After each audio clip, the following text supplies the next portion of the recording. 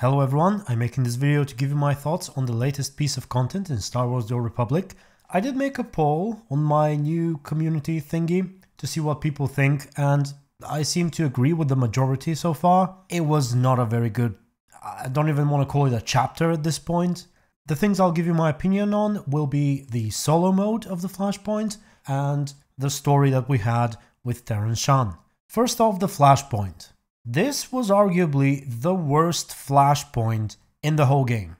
I can't remember playing a Flashpoint for the first time and being so bored and just frustrated with how bad it is. The design, especially of the bosses, is horrendous. They have mountains of HP. It literally takes I don't know how many minutes to kill one, and they do nothing. Actually, they do a lot of things. Some of them are pretty flashy and interesting on the outside, but they don't actually do anything. So you just sit there and they do all this kind of stuff, and you just spam 2 buttons or 3 buttons or however many buttons while you're watching a video on YouTube or something.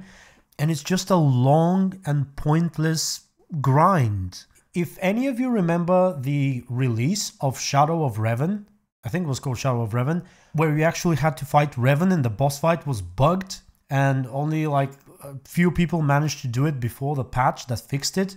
I don't think I was so frustrated with Revan as I was frustrated with this Flashpoint. And Revan was bugged, genuinely. So yeah, those are my thoughts. The Flashpoint was ridiculous. And now for the story. The way I see it, the story had 2 parts. One, the smaller part and the better part, had to do with Terran Shan directly, where it's pretty much confirmed that he's a double agent, like we suspected, and he's after a super weapon, surprise, surprise. This is Star Wars after all.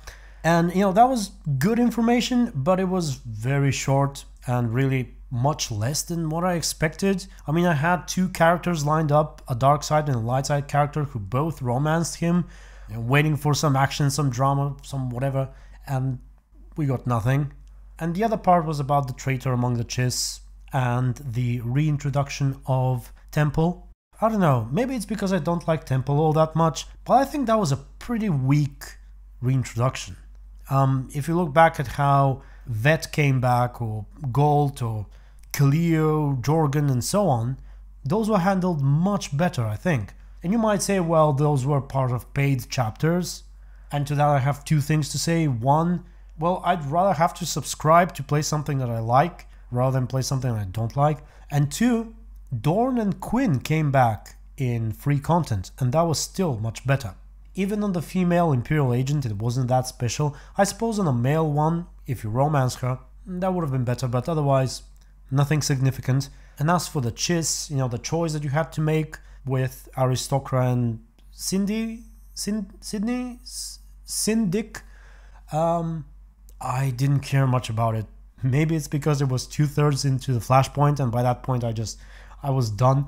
But yeah, you either have to decide to kill her to ally with Aristocra or not. I didn't really feel motivated to do any of it, so those were my thoughts. I'm honestly looking forward to a paid expansion so that the story can get good again. And that was it. Thank you very much for watching. Until next video, stay tuned and be good.